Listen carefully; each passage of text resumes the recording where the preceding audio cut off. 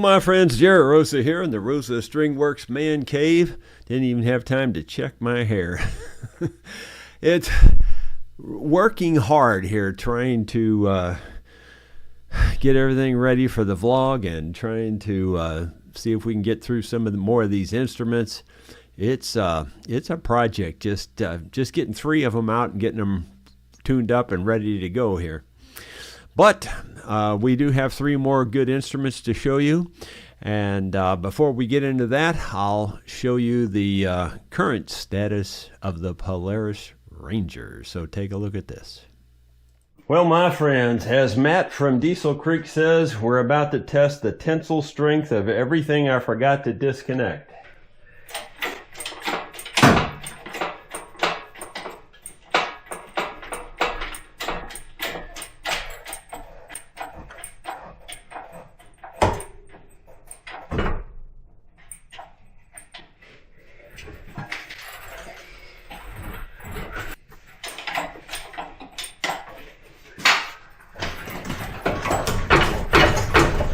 I'm trying to get them to come out from those back, the bolts to pull out of there. And of course, it doesn't want to. I don't think the bolts have come out of the, no, they have not. Will they come out is the question, and the answer is I don't know. Let me see if I can pry one out with a screwdriver.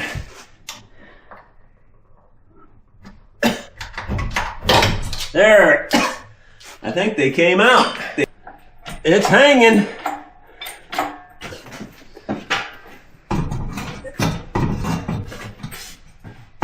It's hanging, but will it come out?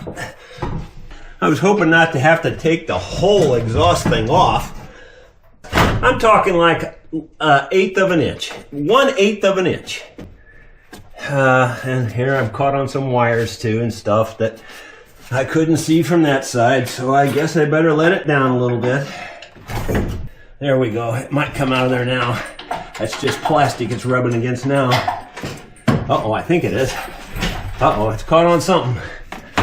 Doggone it. It's just plastic there. I think that would come loose. Doggone it.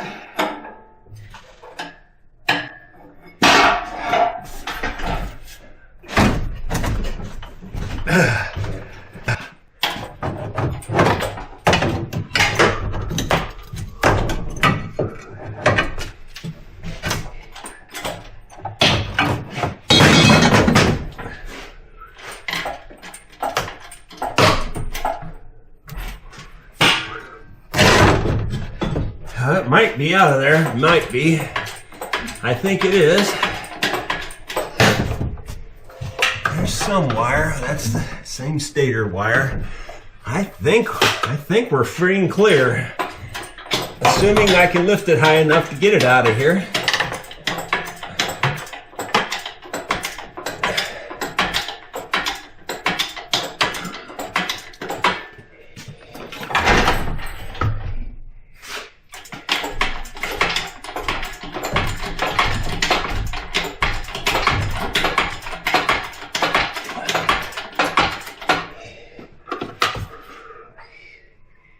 Oh my goodness. Well, that was fun.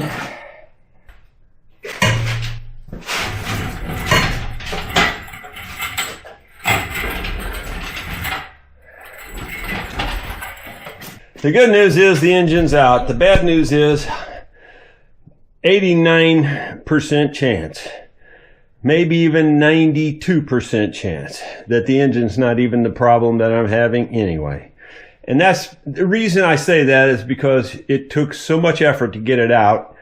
Now I'm going to find out that it was probably that stator melting those wires or something like that, or it was the ECM or ECU or something else. We're going to find out that it's not the timing or not the valves. It's just the way it works, and I'm totally expecting that. So I won't be disappointed if I find out that there is a problem with the engine. I'll be happy, but I seriously doubt there's a problem with the engine. It was a tough fight, Ma, but I won. The engine is on my workbench. Now I can check it over really well and see all what's going on.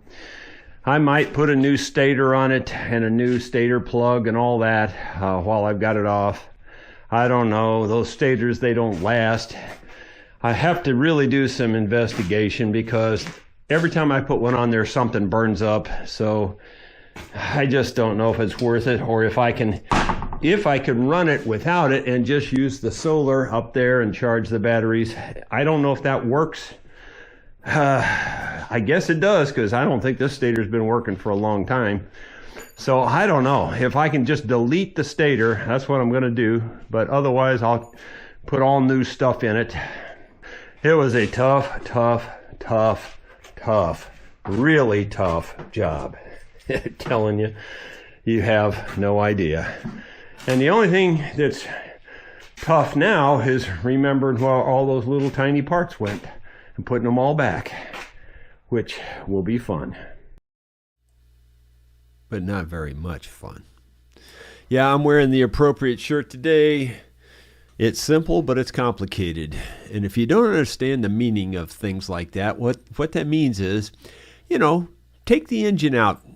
It's a simple idea, and it is. It's not too difficult. Almost anybody can imagine how the engine, that you just pull an engine out. That's the simple idea, isn't it? Just take the engine out. But it's complicated as heck when you start doing it. Oh my gosh. I couldn't even begin to tell you how many fasteners and wires and hoses and, and gears and pulleys and clutches. It's unbelievable. Just unbelievable how much stuff I had to take off to get that out of there. It would blow your mind. And I'm seriously saying that it's probably not even the engine that's the problem. But I can't find any other problem, so I took it off. Now, I mentioned the stator burned the wires up. Well, I don't think that has anything to do with anything other than the charging system. I don't think it has anything to do with anything else. I didn't realize that those stator wires had burned up or were burned up until the very last thing I took apart before I took the engine out. So, I'd already taken everything else out. Had I known, and you couldn't see that the stator wires were burnt from the outside.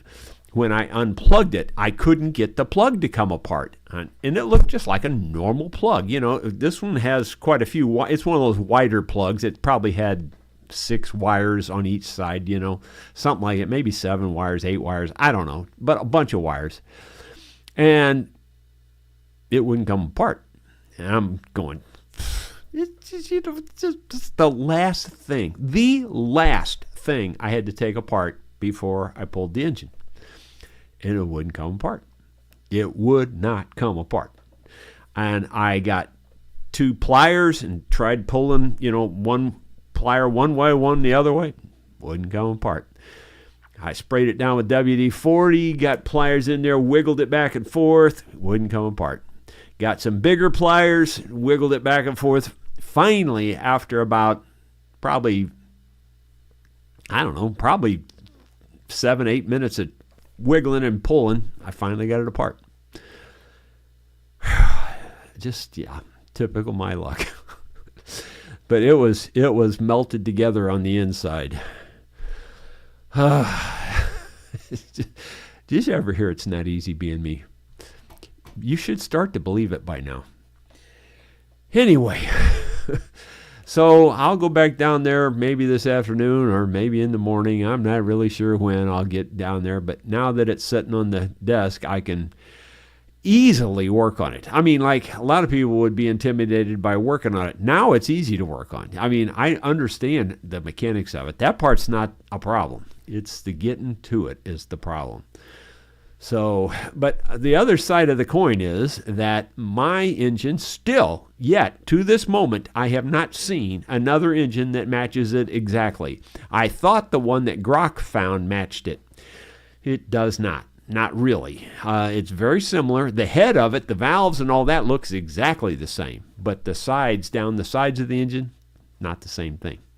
And the gears that guy was pointing out in the Grok video that Grok found for me, this don't have that. I'm not kidding you.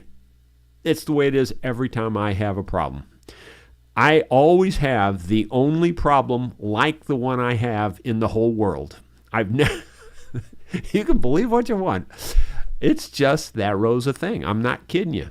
I never, ever, I shouldn't say never, ever, but I rarely ever find an exact match to whatever the problem is that I'm working on. Rarely ever. I usually find something that gives me a clue, but I never find the exact thing. And in this case, it ain't even close so far. I haven't even found one single engine that looks exactly like the engine I'm working on. Not one. How does that happen to me? I don't know, but it happens every time. It happens every time. Okay, let's forget about that and go into these guitars. We'll start from, I guess, what I would think is the least valuable to the most valuable. And here we go.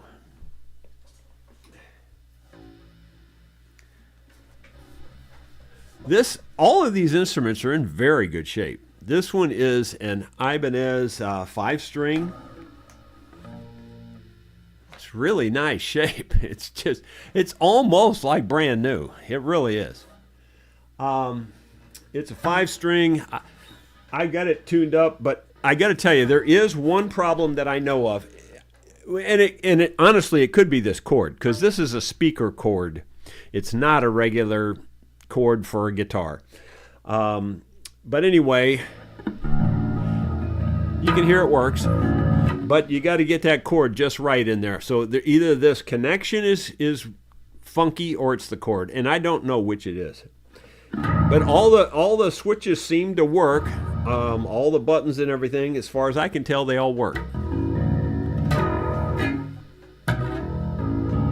This has it looks like it's abalone shell. It looks like abalone. I don't think it's plastic. I think it's abalone. But you'll have to do your own research on that. But it looks like it's real to me. And, you can just see that all the parts are very nice on it. This one here, I had Grok give me a value on it, and Grok came up with that it's a 1992 to 1993 model based on the serial number. Now, according to the label on the back, it was made in Java, Timor, Indonesia, and the serial number on it is 02423B. According to Bill, who was just here, Bill Webb, he was saying it's a $600 to $800 bass. Grok has it valued lower than that. So I would sell it for $450. And keep in mind, when I say I will sell it, I'm just handling the transactions. I don't get the money. Okay, just so you understand, these go to the widow of my friend. But $450 would take home this really nice bass, if you ask me. It's a nice one, and it's got a nice case. Let me show you the case. I'm gonna unplug this.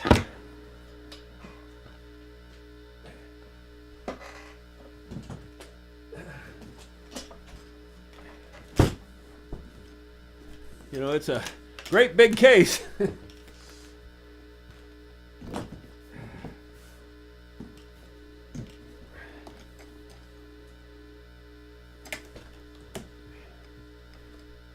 There's nothing in the case, so the bass is all you get.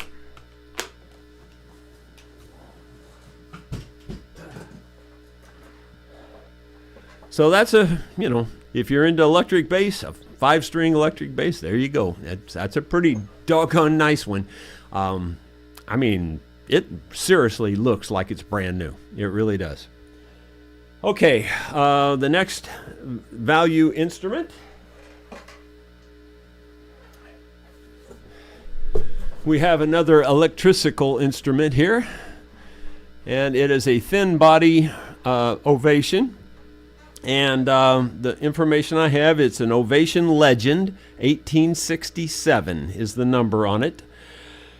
And according to Grok, it was they were manufactured from 1984 to 2004. It did not give me an actual date on this one.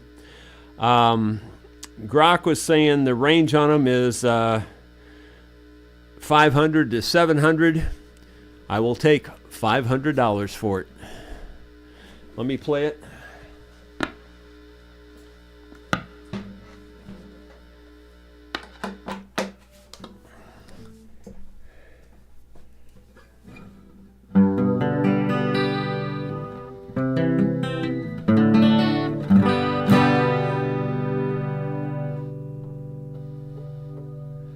So all this works.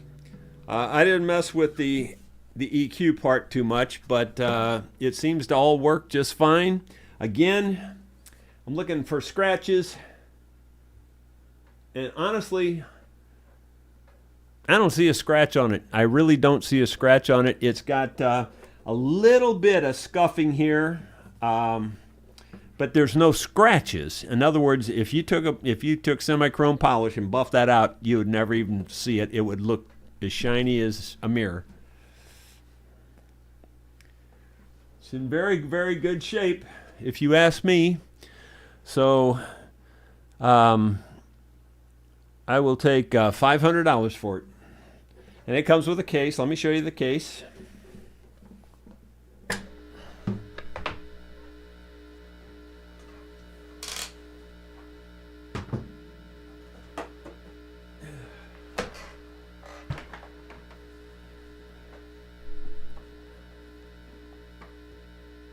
It's got a strap.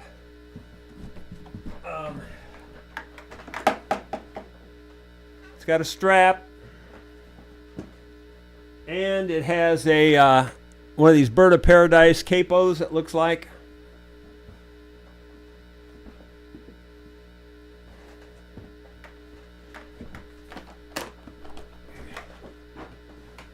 It's an Ovation case.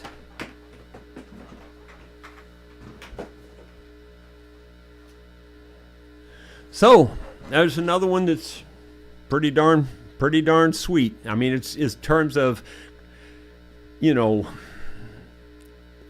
original condition, fine condition, whatever you want to call it. To me, very well cared for. It may be older, but it looks like it's brand new.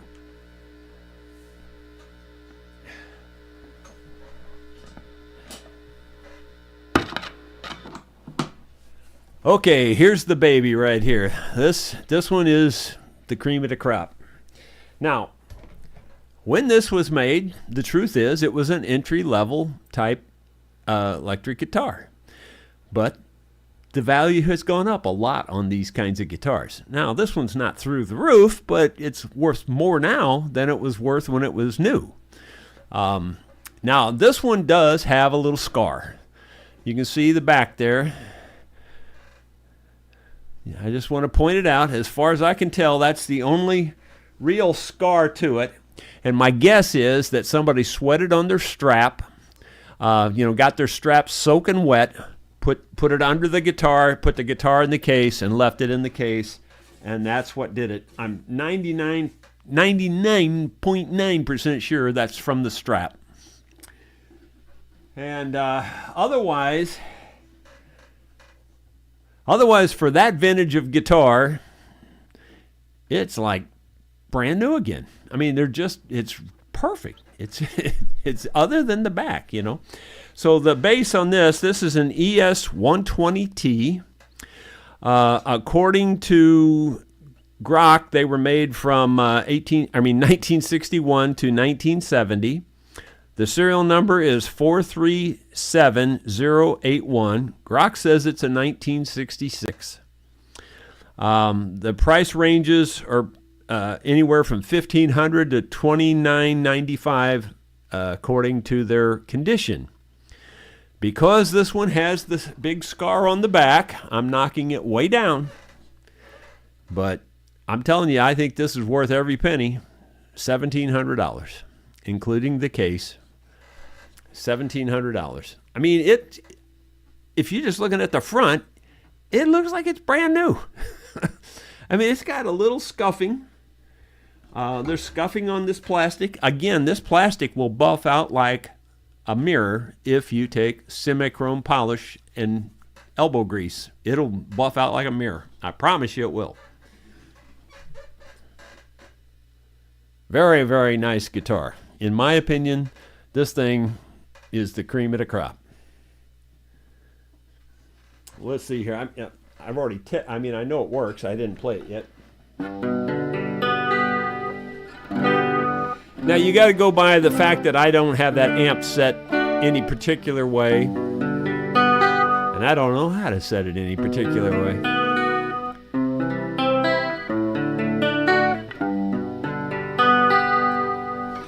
So it works. It works nice.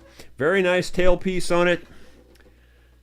My guess is it's all original, but I don't know that. You guys, it's up to you to check all that out. As far as I know, it looks like it's all original to me.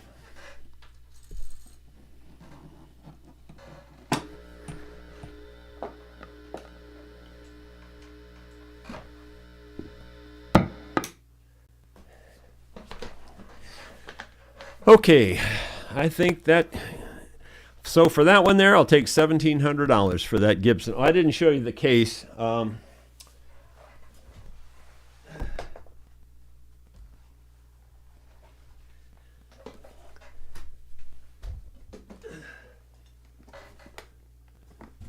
It looks like it's an original case. It's in pretty good shape. It's not perfect shape, but you know, for the vintage, it's pretty good, really. It doesn't, you know, seems like everything works fine on it. It comes with a strap and a pack of picks. This is one of those little things you squeeze open, you know. This is old. This is old itself. This is probably from the 60s also. Anyway, you open that up. It's got picks in there. These were keychains. I remember seeing these and playing with these when I was a kid. So I know this is pretty old. But anyway, pretty darn fine. Now, if you by chance already contacted me via email yesterday, or, you know, since the ones I showed yesterday, I haven't looked at email or anything. So if you're waiting on a reply, don't worry, I'll get to it. I just busy, all the time busy. So I'll try to get to looking at the email yet today in case somebody did, you know, make an offer or whatever on the three that I showed yesterday. Now, these prices, at least for now, they're going to be pretty firm because, again, I'm trying to do good for the lady. Again, I don't much care. I'm not going to make much off of any of this, if I even make $1. And I don't care if I make $1. I just want to get rid of them. Okay, let's go to the top of the comments and see who all is here today. Again, if you would help me out and share this with anybody you think might be interested in these instruments. That's the key thing, is to get the word out, because there's not as many people watching my videos now as there used to be, so the word doesn't get out as easy. Bill Rhodes, good afternoon, Jerry. And then let's see, Eddie Turner's there, David Tharp, and Joe Cool USA. Let's see, it's scrolling on me here as I'm trying to watch it. Okay, got a hold of it again. Gino Hitch is there. Hi, Jerry and friends. Getting colder here in Monroe, Ohio. Hope everyone is doing good. How's the Polaris coming? Well, you saw how it's coming now. I honestly just doubt I'm going to find a problem with the engine. I just doubt I'm going to find a problem with the timing. I just doubt I'm going to find a problem with the valves. But I might. I mean, I haven't ruled that out yet. I've said that all along, that it could easily be those things. But you got to understand the rose of luck. It's if you go through all this trouble to yank that sucker out of there and you don't know for sure, it won't be that. It's just the way it works. It might be that, but I would say the odds are pretty slim that that's what I'm going to find. But I would love it if I do. Don't get me wrong, and I'll be glad to eat crow. I'll be glad to go, hey, I was wrong, man. The timing sucked on this thing. I would love to be able to tell you that, because then I know what the problem is. Anyway, Bill Rhodes says, Jerry, what's going on with the side-by-side? Well, there you know. Now you know. Dottie's there praying for everybody. Thank you, Dottie. I tell you, the prayers need to continue to go out for Bert Pichon. He was back in the hospital. I meant to say this yesterday. He was bleeding internally, and they went in, and they did not find anything to cauterize. So the bleeding apparently had stopped on its own, which is a good thing, and he is feeling better. But Bert's just been going through the ringer, so pray for Bert. Good guy. He's the guy, if you watch the 1941 Martin video, where that was a 4-part video where that I said it was in a world of hurt. Well, it was. But Bert was pretty happy to get the guitar back. He seems to really, really like it. Anyway, moving on down. Dottie's praying for everybody. Let's see.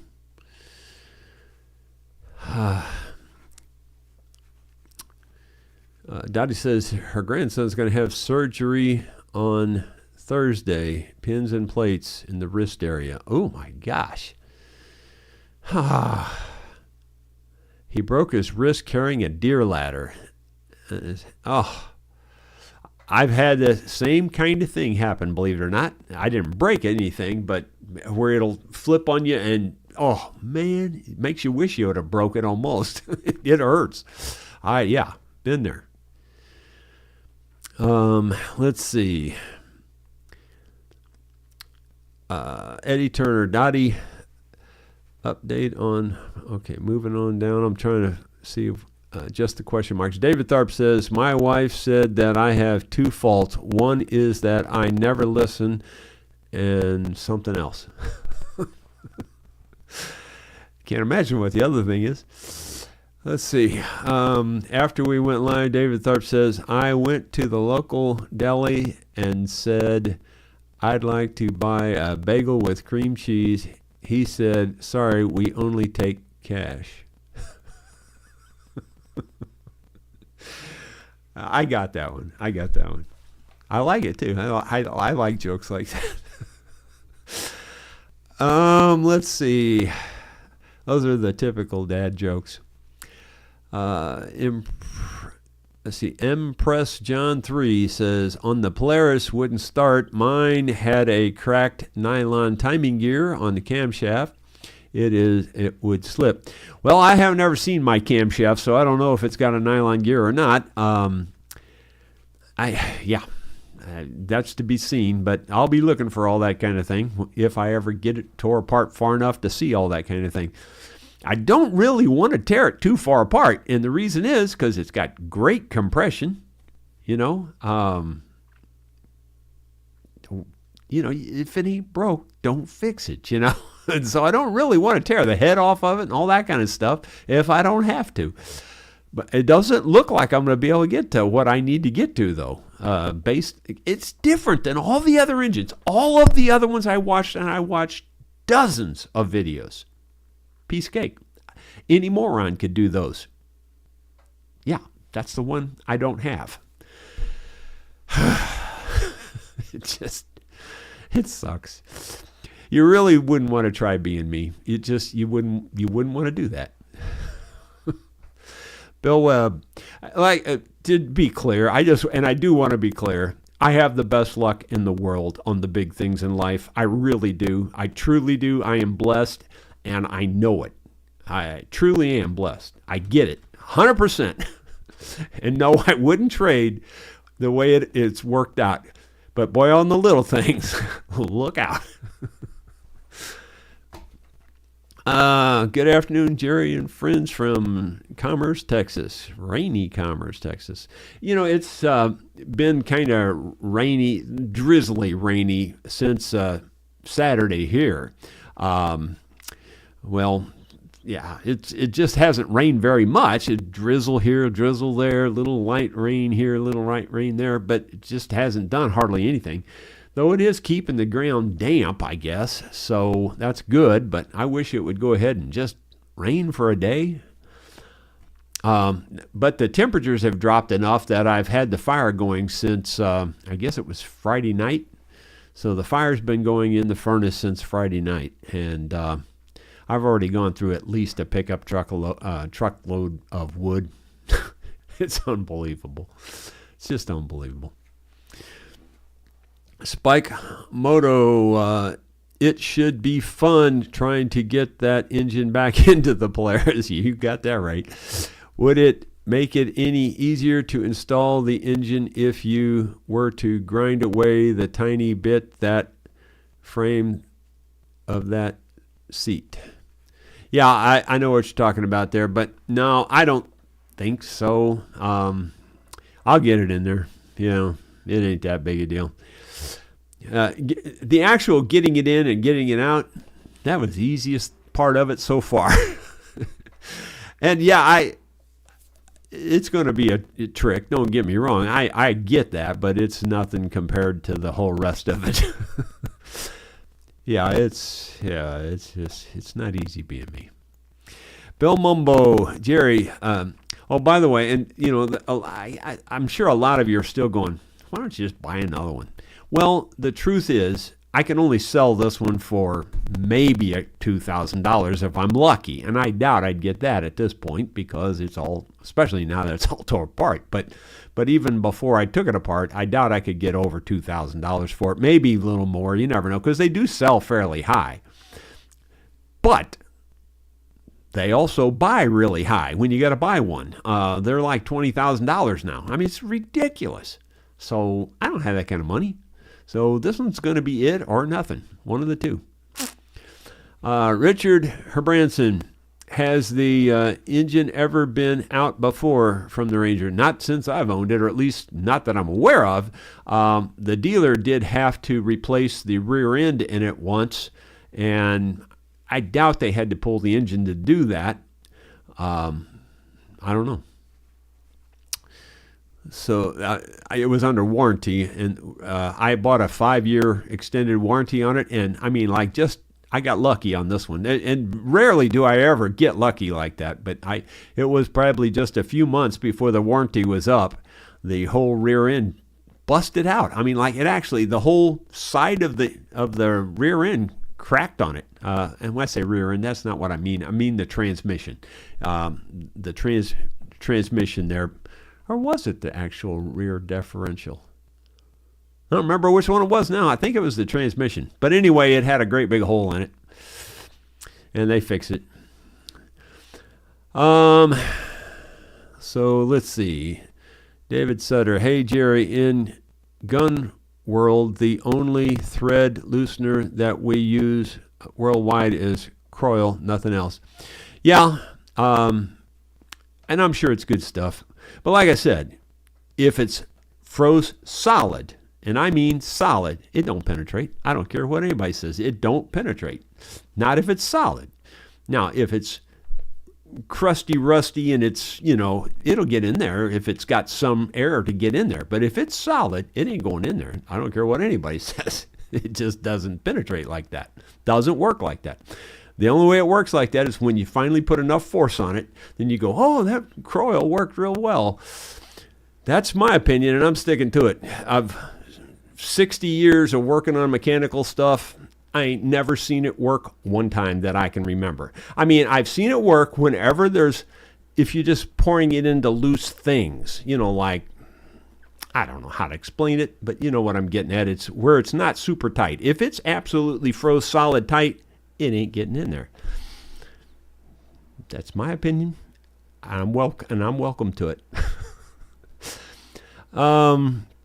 Let's see.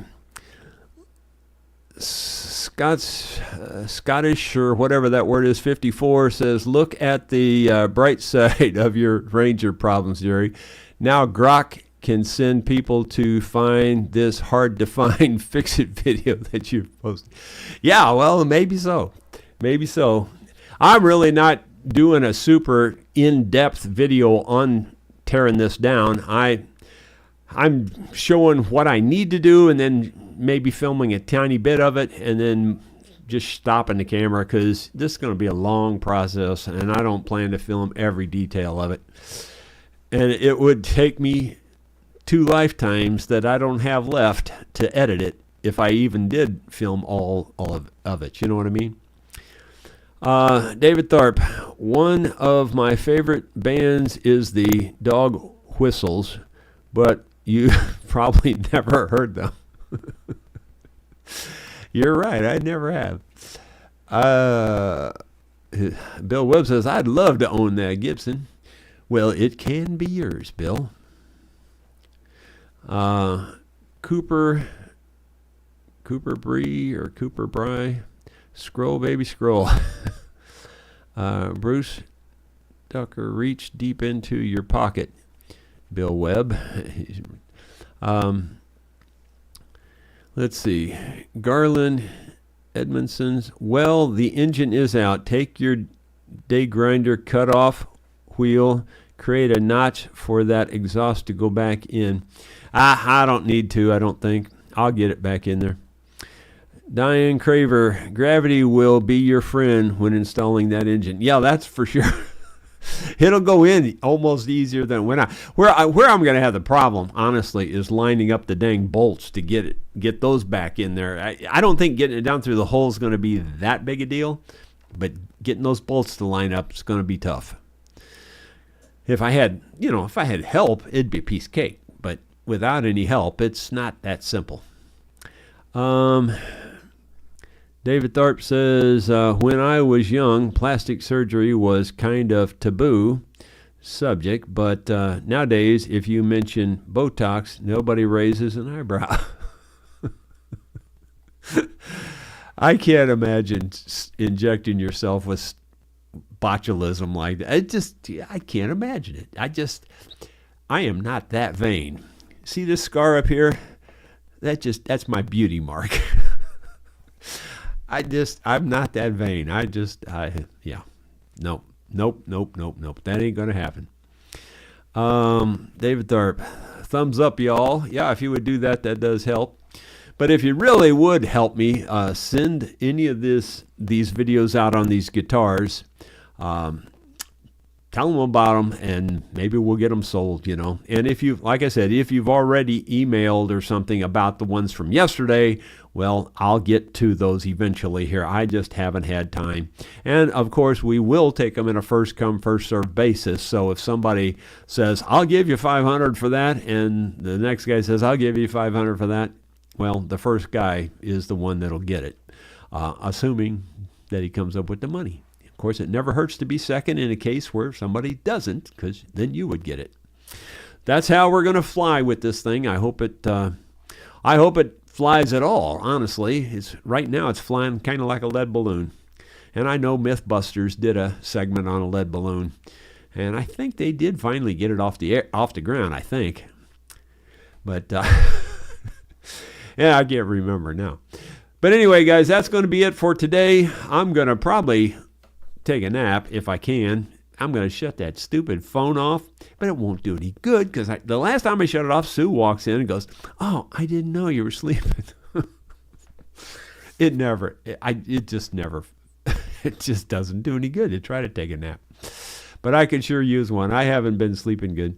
Y'all take care. We will see you tomorrow with something else. Oh, one popped up there real quick. It says, Paul Lanier says, what does your T-shirt say, and is it related to the show today?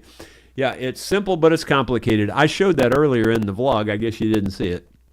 But that's what it says. It's simple, but it's complicated. And like I said, that applied to today because taking an engine out is a very simple idea. It's really complicated when you do it. Y'all take care. We'll see you tomorrow.